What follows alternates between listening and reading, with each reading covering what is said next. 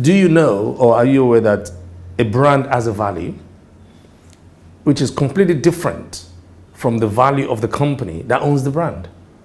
So you can have a company quoted on the Nigerian Stock Exchange which has a value of, I don't know, $100 million, say, and that company may have 10 different brands that they're managing. And each brand, in terms of the value of those brands, could actually be more than, and if you add the value of the brands themselves, could be more than the entire company. So to measure what they call brand value, different organizations use different ways in which they do that. But the critical way, there's a model for it, but one of the most important thing is that the trading positions in terms of the financials of those companies will need to be easily accessible. And so they can be verified. These are, you can go on to the stock exchange or whatever and say, okay, these are the.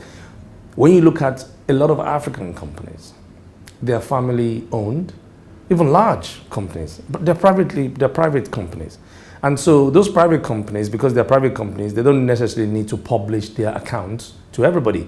The only people they need to publish their accounts to are their owners, and perhaps their bankers and lawyers or whatever. So because it's not easy to access that information, it becomes difficult to be able to begin to value the brand itself. So what you'll find is most companies that have done evaluation of their brands are usually listed companies on the stock exchange, because those companies have to submit certain information to the stock market, to the stock exchange every year. And so it is those information that is available that everybody can look at.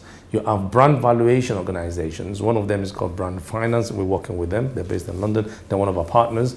And interestingly, one of the things they said they were going to do was to do a brand valuation of the nominated brands, if they want to, as part of the service. So to measure the value of a brand, there's a modality, there's a method for it, but the key thing is that the information about the organization and all of those things have to be publicly available for them to be able to access.